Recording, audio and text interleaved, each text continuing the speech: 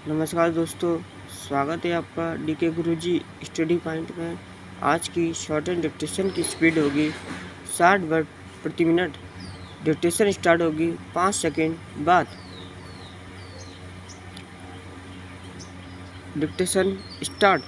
सभापति महोदय, आपने मुझे 5 मिनट का जो बोलने का समय दिया है, मुझे आशा है कि आप अपनी तरफ से भी बोलने का समय बढ़ाएंगे, क्योंकि हम बिहार से आते हैं और वहाँ प्रत्येक वर्ष बाढ़ की विपदा से हमारे लोग तहस नहस हो जाते हैं और किसानों का भी बहुत नुकसान होता है।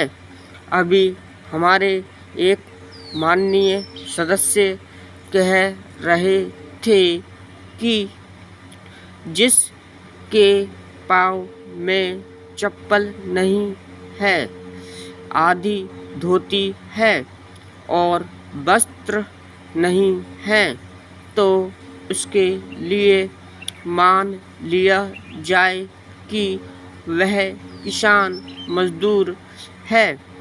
इस देश में आज तक किसानों के लिए कोई अच्छी योजना मेरी समझ के अनुसार बनाई नहीं गई है। पैराग्राफ। पूरे संसार में अगर किसान कहीं उपेक्षित है तो वह हिंदुस्तान में है। पूरे हिंदुस्तान में आज तक एक भी जमीन की चकबंदी नहीं की जा सकी है और जमीन की श्रेणी का विश्लेषण नहीं किया जा सका है।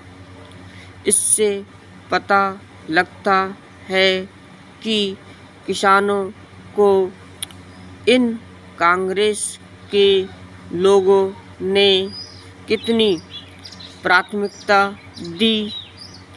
कांग्रेस ने करीब 45 वर्ष तक इस देश में राज किया और किसान मजदूर और समाजवाद का नारा देकर लोगों को ठगने का काम किया।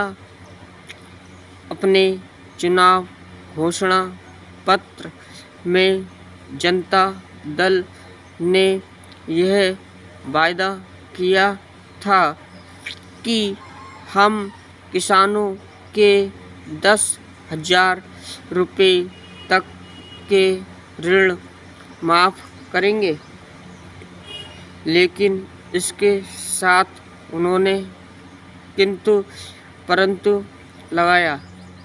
मैं बुलंदी से कहना चाहता हूँ कि अगर आप छोटे किसानों और मजदूरों के 10,000 तक के ऋण माफ़ करने की घोषणा करते हैं, तो उसके साथ से किंतु परंतु हटाएं और 10,000 रुपये तक के ऋण किसानों के माफ़ करने का काम करें। पैराग्राफ।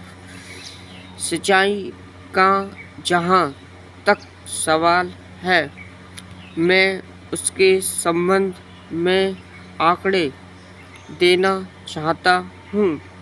हमारे परियोजना पदाधिकारी ब्लॉक में बैठते हैं और वे वहीं बैठकर किसानों की कितनी पैदावार होगी और सरकार की ओर से इसके लिए कितनी व्यवस्था करनी होगी, इसका पूरा आंकड़ा ले लेते हैं। जिस तरह से पशुओं की गणना भारत वर्ष में की जाती है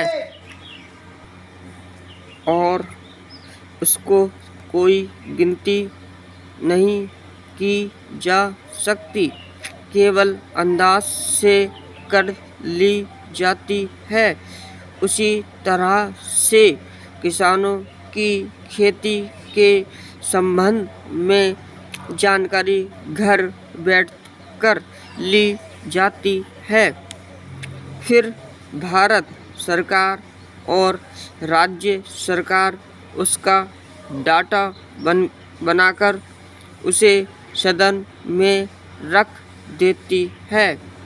इससे किसान का उद्धार होने वाला नहीं है।